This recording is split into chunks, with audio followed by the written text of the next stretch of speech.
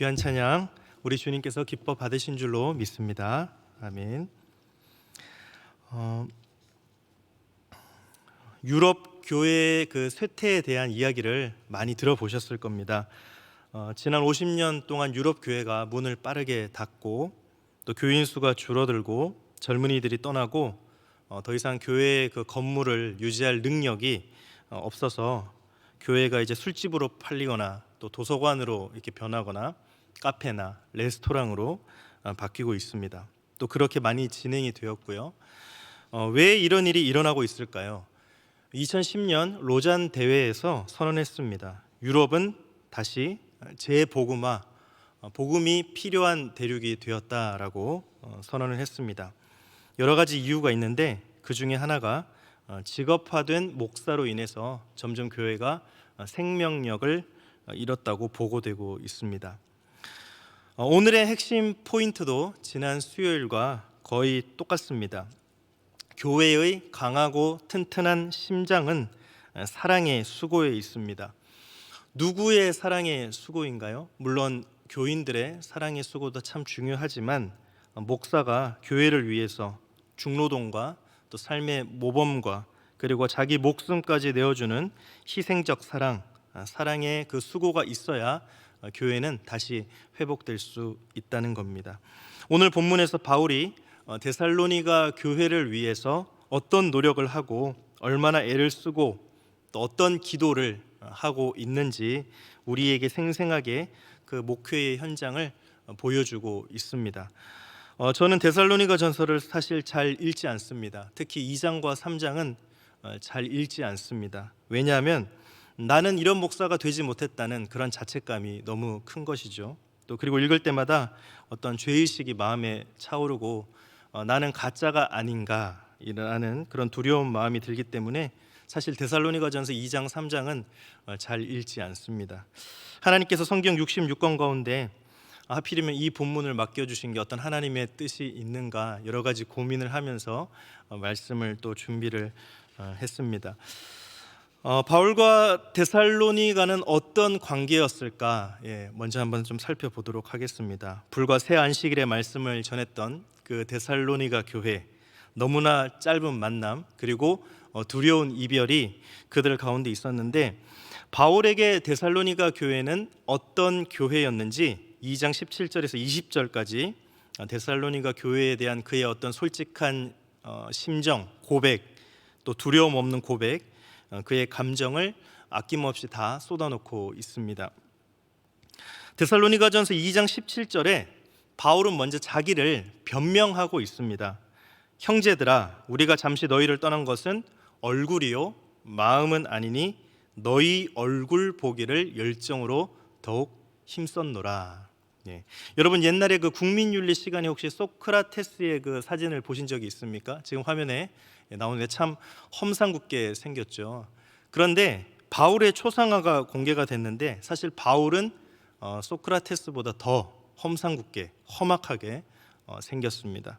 그렇게 거칠고 험악하게 생긴 그 바울의 입에서 너희 얼굴 보기를 열정적으로 힘썼노라.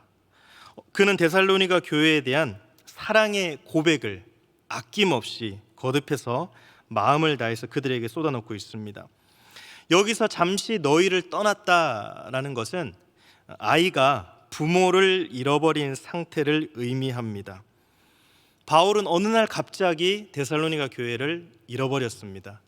강제로 마치 아이가 유괴범에게 납치를 당한 것처럼 바울은 데살로니가 교회를 강제적으로 잃어버리고 분리되어서 지금 힘든 상태에 있다는 사실을 그들 앞에서 솔직하게 고백하고 있습니다. 바울이 어떻게 열정적으로 더욱 힘을 그러면 썼을까요? 2장 18절 그러므로 나 바울은 한 번, 두 번 너희에게 가고자 하였으나 사탄이 우리를 막았도다. 19세기 영국의 고고학자이자 신약학자였던 윌리엄 램지라는 박사가 이분이 이 사탄이 우리를 막았다 이것을 이렇게 해석을 했습니다. 이 사탄의 방해라는 것은 데살로니가의 읍장들이 야손에게 가했던 법적 금지령이었다라고 말합니다. 이 데살로니가 교회는 바울이 그 제2차 전도 여행 때에 개척한 교회였는데, 빌립보에서 복음을 전한 뒤에 그 이제 비참한 몸을 이끌고 그 아픈 마음을 이끌고 데살로니가로 가서 바울이 능력 있게 복음을 전했습니다. 이때 야손이라는 사람이 예수 그리스도를 믿게 되었고 그 집에서 교회가 시작이 되었습니다. 그런데 이 야손이 이제 붙잡히게 된 것이죠. 예수를 믿는다는 이유로. 그래서 붙잡힌 야손을 보석금을 받고 풀어주면서 만일 바울 네가 데살로니가로 다시 돌아오면 이 야손을 다시 감옥에 투옥할 것이다, 잡을 것이다 라는 그런 전제 조건을 달고 야손을 풀어준 것입니다. 그래서 바울이 데살로니가로 돌아가지 못했다는 것입니다. 그래서 바울은 돌아가고 싶어도 자기가 돌아가게 되면 자기를 도와주었던 사람들이 다시 감옥에 붙잡히게 되니까 그래서 돌아갈 수 없었다. 이것을 지금 2장 18절에서는 사탄이 우리를 막았도다 이렇게 표현을 하고 있습니다. 바울은 자기가 왜 돌아갈 수 없는가를 솔직하게 데살로니가 교회에 설명을 하고 그리고 너무나 놀랍게 이렇게 고백합니다. 2장 19절 말씀인데요, 한번 같이 읽어보도록 하겠습니다. 시작. 우리의 소망이나 기쁨이나 자랑의 면류관이 무엇이냐? 그가 강림하실 때 우리 주 예수 앞에 너희가 아니냐. 아멘. 오늘 목사님들이 바울처럼 이렇게 고백할 수 있어야 합니다. 저도 그래야 됩니다. 목사가 어떤 학위를 가졌느냐, 어떤 명성을 가졌느냐, 얼마나 유명한 목사냐, 교회의 크기가 얼마나 크냐, 이런 게 중요한 게 아니라 교인들에 대해서 목사가 가지고 있는 자세가 우리의 소망, 또 기쁨, 자랑의 면류관이 누구냐? 너희가 아니냐라고 담대하게 고백할 수 있는 목사가 진짜 목사입니다. 바울은 잠시 떠났습니다. 다시 돌아가고자 했지만 사단이 길을 끊어버렸습니다. 돌아갈 수가 없습니다. 그럼에도 바울은 데살로니가 교회에 대해서 뜨거운 마음으로 우리의 소망, 기쁨, 자랑의 면류관이 너희라고 그들에 대한 사랑을 이렇게 과감하게 쏟아놓고 있는 것이죠. 우리가 하나님 앞에 이런 목자를 만나는 게 진정한 행복한 교인이 되는 것일 겁니다. 그리고 교회는 이런 목사를 만날 때 다시 데살로니가 교회처럼 믿음의 역사가 살아있는 교회로 회복될 수 있을 것입니다. 그러면 바울은 어떻게 했을까요? 자기는 이제 갈 수 없습니다. 포기해야 되나요? 체념해야 되나요? 아니죠. 바울은 디모데를 보냅니다. 바울이 디모데를 보내면서 3장 1절에 이렇게 말합니다. 이러므로 우리가 참다 못하여. 그래서 바울은 자기만 이제 아덴에 남고 데살로니가로 디모데를 보냅니다. 그리고 신라는 빌립보로 보내는 것이죠. 그리고 디모데가 데살로니가에 가서 데살로니가의 상황을 살펴보고 고린도로 가 있는 바울을 찾아가서 데살로니가 교회가 어떤 상황에 처해 있는가를 보고하게 됩니다. 3장 2절부터 5절까지 디모데를 보낸 세 가지 목적을 바울이 설명하고 있습니다.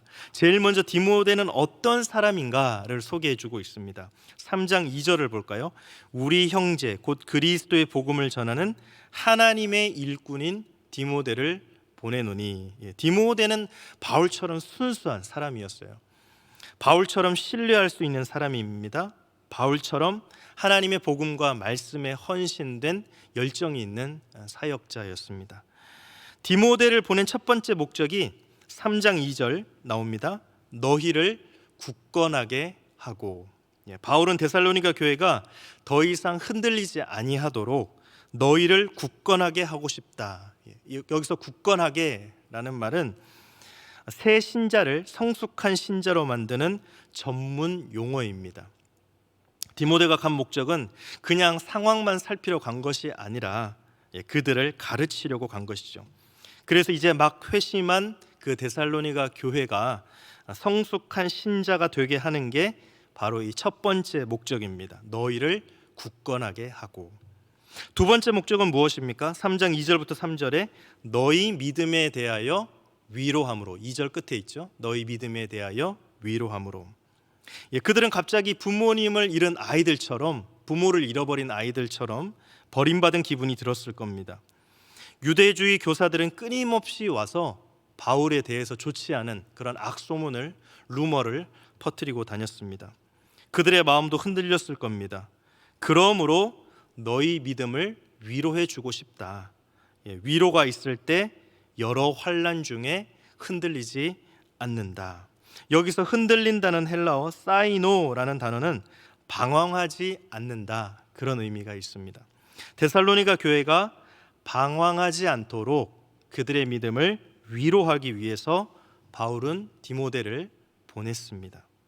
그리고 또 하나 중요한 사실을 이야기하고 있습니다. 고난이 왜 있어야 되는가?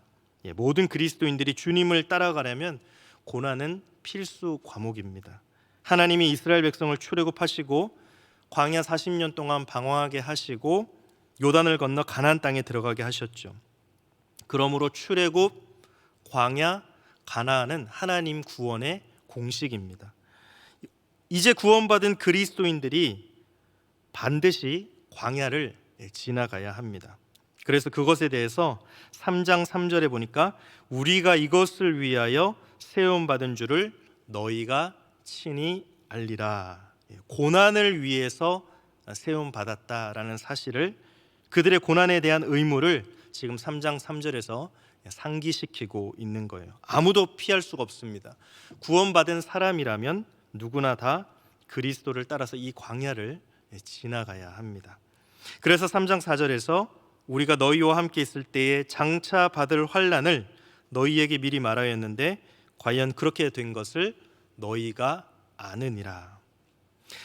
이제 3장 5절에 세 번째 목적이 나옵니다. 이러므로 나도 참다 못하여 너희 믿음을 알기 위하여 그를 보내었노니 이는 혹 시험하는 자가 너희를 시험하여 우리 수고를 헛되게 할까 함이니. 사단은요 정말 우는 사자입니다. 우는 사자는 배고픈 사자입니다. 먹이를 찾을 때까지 우는 사자는 쉬지 않습니다. 이제는요 아예 바울의 그 사역 자체를 헛수고로 만들기 위해서 사탄은 계속해서 데살로니가 교회를 공격하고 있는 겁니다. 여기서 헛되게 한다라는 것은 낭비시킨다라는 의미가 있습니다. 바울이 그 상처받은 몸뚱이, 또 비참한 몸뚱아리를 가지고 데살로니가에 가서 복음을 전하고 데살로니가 교회를 세운 그 모든 일을 바울의 낭비된 시간으로 만들어 버린다, 그런 의미가 있습니다. 바울은 그게 두려워서 내가 참다 못하여 너희 믿음을 확인하기 위해서 지금 디모데를 보내고 있다, 이렇게 고백하고 있습니다. 디모데가 이제 고린도에 있는 바울에게 가서 데살로니가 교회에 대한 놀라운 소식을 가지고 가서 이야기를 합니다. 어떤 소식을 가져왔을까요? 디모데가 가져온 소식 3장 6절입니다. 지금은 디모데가 너희에게로부터 와서 너희 믿음과 사랑의 기쁜 소식을 우리에게 전하고. 칼빈이 말하기를 그리스도인의 영성의 정체성, 그 사람이 진짜 그리스도인인가라는 확실한 두 가지가 믿음과 사랑이다라고 했습니다. 그런데 디모데가 확인하고 가져온 굿 뉴스가 무엇입니까? 그들의 믿음과 사랑의 기쁜 소식을 가지고 왔습니다. 그들은 믿음의 자리에 서 있었습니다. 사탄이 그들을 넘어뜨리지 못했습니다. 바울의 사역은 헛수고가 아니었던 것이죠. 바울의 시간은 낭비된 시간이 아니었습니다. 무엇보다도 더 중요한 고백이 무엇입니까? 3장 6절에 보니까 너희가 항상 우리를 잘 생각하여 그랬습니다. 온갖 바울에 대한 악소문이 있었잖아요. 사기꾼이다, 약장사다, 너희의 호주머니를 털러 온 종교 사기꾼이다, 길거리 엉터리 교사다, 그가 전한 복음은 순 거짓말이다, 무식한 소리다, 우리가 모세의 율법을 따르지 않으면 그리스도를 따를 수 없다. 이런 율법주의 교사들의 온갖 악한 소문, 바울에 대한 루머, 그런 것들이 있었는데 이런 거짓된 소문과 율법주의의 교리를 몽땅 쏟아 부었는데도 불구하고 데살로니가는 잘 생각했다 그랬습니다. 그들은 바울이 하나님이 보내신 그리스도의 사도라고 하는 바울이 누구인가에 대한 그 믿음이 조금도 흔들리지 않았습니다. 그리고 무엇보다도 3장 6절에 우리가 너희를 간절히 보고자 함과 같이 너희도 우리를 간절히 보고자 한다 하니, 사도도 교회를 간절히 보고 싶어하고 교회도 사도를 간절히 보고 싶어 했습니다. 정말 오늘 교회가 되찾아야 할 교회의 진실이 무엇인가를 우리에게 잘 보여주고 있는 것이지요. 교인들은 목사님에 대해서 점점 마음이 멀어져 가고 목사님은 교인들에 대해서 점점 열정이 식어간다면 그 교회는 죽어가고 있는 교회일 수밖에 없다라고 하는 것입니다. 그리고 3장 7절에 바울이 디모데가 전한 기쁜 소식으로 인해서 이러므로 형제들아 우리가 모든 궁핍과 환난 가운데서 너희 믿음으로 말미암아 너희에게 위로를 받았노라. 바울이 지금 고린도에서 어떤 상황이 있었습니까? 모든 궁핍과 환난 가운데서. 그는 어떤 사역의 위기 가운데 있었을지 모릅니다. 사역의 정말 어려운 상황 가운데 처해 있었을지 모릅니다. 그런데 데살로니가 교회의 믿음으로 말미암아, 그들의 후원금 때문이 아니라 그들의 어떤 그런 아첨의 말이 아니라 그들이 여전히 그리스도 안에서 견고히 서 있는 그들의 믿음 때문에 위로를 받았다라고 했습니다. 오늘 목사에게 가장 큰 위로가 무엇일까요? 교인들의 그런 믿음이 아닐까요? 그리고 3장 8절에 바울이 이렇게 고백했습니다. 그러므로 너희가 주 안에 굳게 선즉 우리가 이제는 살리라. 산다는 게 무슨 뜻입니까? 이제는 숨을 쉴 수 있다는 겁니다. 바울은 그동안 숨을 쉴 수가 없었어요. 숨이 막혔던 것이죠. 어쩌면 한숨만 쉬고 있었을지 모릅니다. 그런데 디모데를 통해서 그들이 주 안에 굳게 서 있다는 그 소식, 기쁜 소식을 듣고 나는 다시 숨 쉴 수가 있다고, 생명의 날이 더 늘어났다고 기뻐서 데살로니가 교회에 대해서 지금 이렇게 기쁨으로 고백하고 있는 겁니다. 목사도 교인들에게 위로가 되고 교인들도 목사로 인하여 위로가 되는 교회가 되어야만 합니다. 이제 9절에서 디모데가 가져온 마지막 소식을 이렇게 설명합니다. 우리가 우리 하나님 앞에서 너희로 말미암아 모든 기쁨으로 기뻐하니 너희를 위하여 능히 어떠한 감사로 하나님께 보답할까. 데살로니가 교회는 이제 바울이 염려스러운 눈으로 쳐다보는 교회가 아니라 바울에게 다시 살아가야 할 이유를 주었습니다. 그리고 살고 싶은 거룩한 욕망을 일깨워 주었습니다. 그리고 너무나 큰 기쁨을 주었고 하나님 앞에 감사하는 교회가 됐습니다. 그 감사를 어떻게 보답해야 될까? 그래서 바울이 다시 데살로니가 교회를 위해서 이제 무릎을 꿇고 기도합니다. 그래서 바울이 마지막으로 이제 3장 11절에서 13절까지 데살로니가 교회, 바울의 마음을 기쁘게 해준 교회, 하나님 앞에 감사한 교회, 그들을 가슴에 끌어안고 바울은 무릎을 꿇고 이렇게 기도합니다.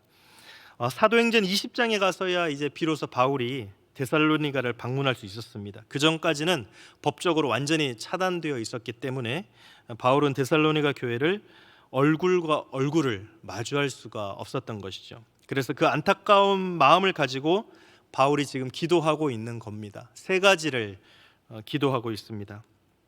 그 첫 번째가 3장 11절에 이렇게 기도합니다. 하나님 우리 아버지와 우리 주 예수는 우리 길을 너희에게로 갈 수 있게 하시오며. 사탄이 아까 길을 막았다 그랬잖아요. 그 사탄이 막아놓은 길을 하나님이 열어주시기를 원했어요. 사탄이 끊어놓은 길을 다시 열어주기를 원했습니다. 소망했습니다. 그리고 사탄이 방해하고 있는 그 길을 하나님의 주권 가운데 열어주시기를 소망했습니다. 그리고 5년 뒤에 바울은 그토록 보고 싶어했던 데살로니가 교회를 방문할 수가 있게 되었습니다. 두 번째 기도가 3장 12절입니다.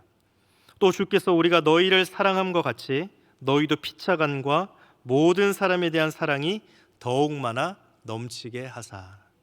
넘친다는 것은 사랑이 과잉 생산되고 있다는 것입니다. 과잉 생산. 데살로니가 교회는 서로에 대한 사랑이 과잉 생산이 되어서 넘치고 또 인류에 대한 사랑이 넘치는 그런 교회였습니다. 세 번째 기도는 3장 13절에 이렇게 드립니다. 너희 마음을 굳건하게 하시고 우리 주 예수께서 그의 모든 성도와 함께 강림하실 때에 하나님 우리 아버지 앞에서 거룩함에 흠이 없게 하시기를 원하노라. 우리를 죄로부터 구원해 주신 하나님의 목적이 무엇입니까? 하나님 앞에 거룩하고 흠없는 자로 서게 하는 것이 구원의 목적입니다. 바울은 무릎을 꿇었습니다. 넘치는 사랑을 가지고 그들을 위해서 기도하고 있습니다. 너희 마음을 굳건하게 하시고, 여기서 이제 굳건하다라는 그 헬라어 단어 스테라자이라는 헬라어 단어 뜻은 흔들리지 않는, 누구도 뽑아낼 수 없는, 누구도 건드릴 수 없는, 그렇게 그들의 마음이 견고하여져서 예수 그리스도가 다시 오실 때 하나님 앞에 흠없고 거룩한 자로 주 앞에 서기를 바울이 지금 기도하고 있습니다. 이보다 더 큰 교회의 영광이 없습니다. 그리스도인의 최대 기쁨과 자랑이 있다면 우리가 마지막 하나님 앞에서 흠없고 거룩한 자로 발견되는 것일 것입니다. 성화는 점진적이고, 성화는 이러한 중보기도가 필요하고, 성화에는 하나님의 은혜가 필요하고, 진정한 성화를 이루려면 마음이 굳건해진, 견고해진 사람들만이 성화의 은혜에 참여할 수 있는 것이죠.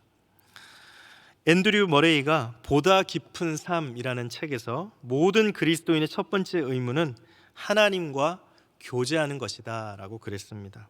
바울은 지금 얼굴과 얼굴을 마주할 수 없는 데살로니가 교회를 끌어안고 하나님과 깊이 기도의 자리에서 데살로니가 교회를 그대로 하나님 앞에 산 제물로 바치고 있습니다. 얼굴과 얼굴을 마주한 것 이상으로 하나님과의 그 교제 안에서 데살로니가 교회 안에 이런 일이 일어나도록, 그는 더 이상 말씀으로 그들을 지도할 수 없는 목회자이지만 그러나 기도를 통해서 여전히 데살로니가 교회를 양육하고 훈련하고 성숙시키는 참된 목회자가 바울입니다. 강단에서만 그들에게 하나님의 말씀을 전하는 것이 아니라 기도의 자리에서도 바울은 그들을 향한 하나님의 목회를 계속하고 있는 것입니다. 앤드류 머레이가 말한 것처럼 우리는 하나님과의 교제가 가장 우선되어야 합니다. 매일 하나님과의 교제로부터 시작해야 합니다.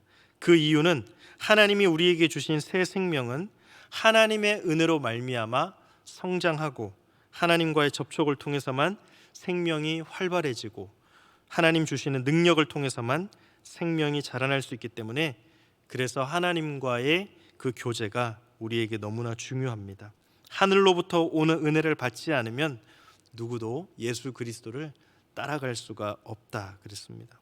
그래서 바울은 그들과 함께 있었을 때에는 하나님 말씀으로 그들을 양육하고 아버지, 어머니로, 청지기로 하나님의 사역자로, 사자로 그들을 하나님께로 이끌어갈 뿐 아니라 그들을 더 이상 볼 수 없는 이런 길이 끊어진 이 상황에서는 하나님 앞에 기도함으로 하늘로부터 하나님의 은혜가 이 데살로니가 교회를 하나님 앞에 거룩하고 흠없는 자로 세우기를 기도하고 있는 것입니다. 데살로니가전서 2장과 3장은 정말 두렵습니다. 목사도 힘들고 교인들도 읽기가 힘든 성경장 중에 우리의 마음을 슬프게 하는 본문이 2장과 3장입니다. 사랑의 수고, 오늘 교회 안에 이런 목사의 진정한 사랑의 수고가 살아있는지 우리가 자신에게 질문해야만 합니다. 스펄전 목사님이 내 주께 굴복하라 라는 책에서 자기 교인 이야기를 했습니다. 어느 날 자기 교인 한 사람이 시장을 갔는데 잘 아는 친구를 만났습니다. 친구를 아주 오랜만에 만나서 친구가 이제 안부를 물으면서 너 아직도 스펄전 목사님 교회에 다니니? 이렇게 출석하니?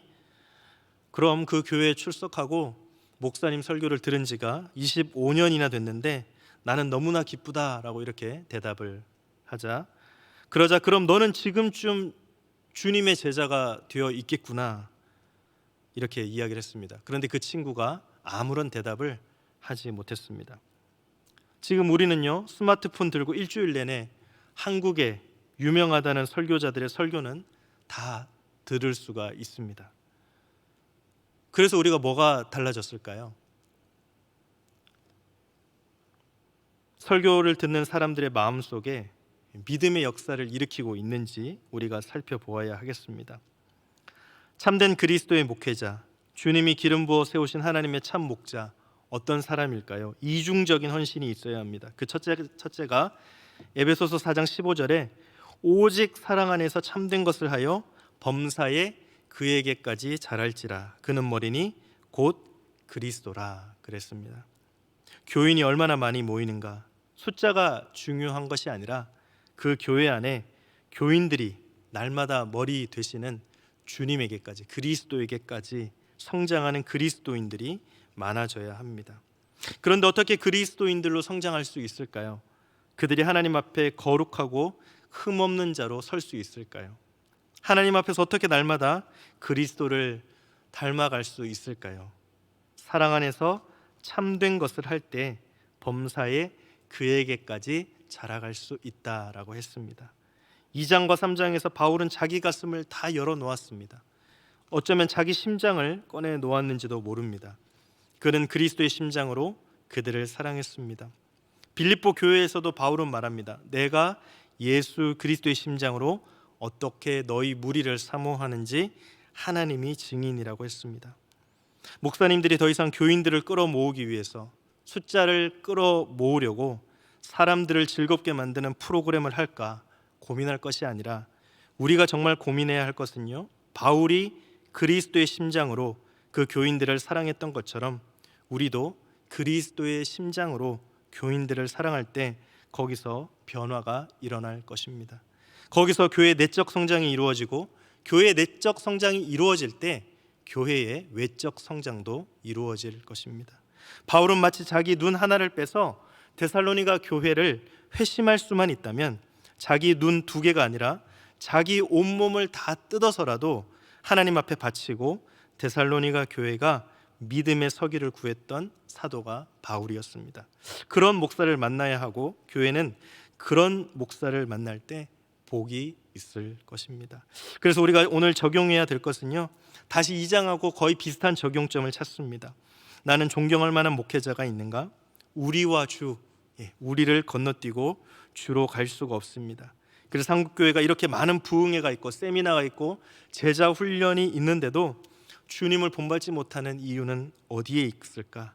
우리가 빠져 있어서 그렇습니다. 존경할 만한 목사들이, 목회자들이 회복되어져야 하고, 한국교회 목회자들의 사랑의 수고가 무엇인가를 우리가 2장과 3장에서 철저하게 교회도 배우고 목사도 배우고 교인들도 알아야 합니다. 그래야 올바른 그런 인격적인 관계를 맺을 수가 있습니다. 오늘 말씀을 통해서 다시 한국교회가, 목사와 성도가 올바른 그런 인격적 관계, 하나님의 은혜의 관계를 회복하게 해 주셔서 한국교회의 놀라운 부흥이 다시 일어날 수 있는 그런 계기가 되시기를, 또 저와 여러분들도 그렇게 함께 기도할 수 있는 주님의 귀한 사람들로 살아가시기를 주님의 이름으로 축복합니다.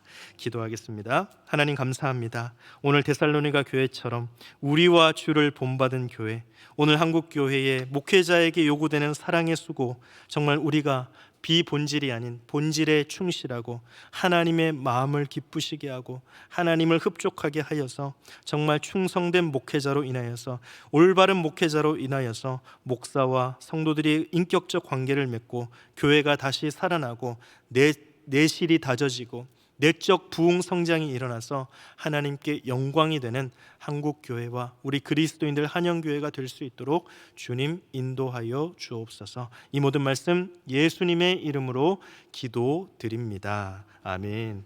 찬송